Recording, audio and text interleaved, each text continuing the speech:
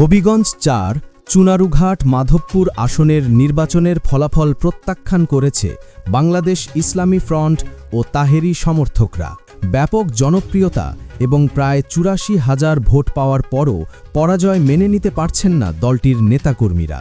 এই পরিস্থিতিতে নির্বাচনের ফলাফল চ্যালেঞ্জ করে আদালতে মামলা করার চূড়ান্ত ঘোষণা দিয়েছে সুন্নি ভিত্তিক এই রাজনৈতিক জোট। সামাজিক যোগাযোগ মাধ্যমে বাংলাদেশ ইসলামী ফ্রন্টের মহাসচিব অধ্যাপক ম আব্দুস সামাদ আনুষ্ঠানিকভাবে এই ঘোষণা দেন।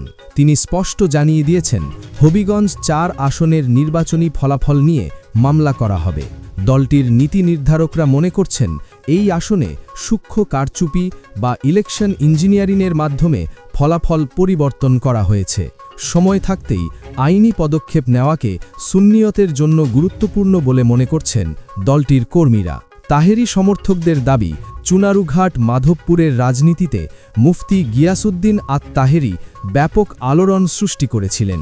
নানা প্রতিকূলতা ও ষড়যন্ত্রের পরও তিনি প্রায় ৮৪,০০০ ভোট অর্জন করেছেন, যা অনেক বিজয়ী প্রার্থীর ভোটের চেয়েও বেশি। সমর্থকদের পক্ষ থেকে ভোটের অঙ্ক নিয়ে প্রশ্ন তোলা হয়েছে।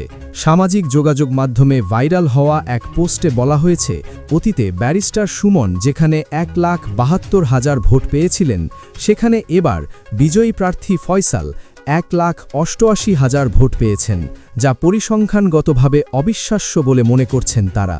তাদের দাবি, ভোটের এই অঙ্ক কোনোভাবেই মিলছে না। মামলা করার ঘোষণার পর থেকেই সামাজিক যোগাযোগ মাধ্যমে তাহেরি ভক্ত ও দলীয় নেতাকর্মীদের মধ্যে ব্যাপক উচ্ছ্বাস দেখা গেছে। অনেকেই কমেন্টে লিখছেন, আলহামদুলিল্লাহ, সঠিক সিদ্ধান্ত। আবার কেউ কেউ বলছেন, ইতিহাসের জঘন্যতম নির্বাচন দেখল জাতি, এর বিচার হওয়া দরকার। আইনি লড়াইয়ের মাধ্যমে আসল সত্য বেরিয়ে আসবে এবং জনগণের রায়ের সঠিক প্রতিফলন ঘটবে, এমনটাই প্রত্যাশা করছেন তাহেরি সমর্থকরা।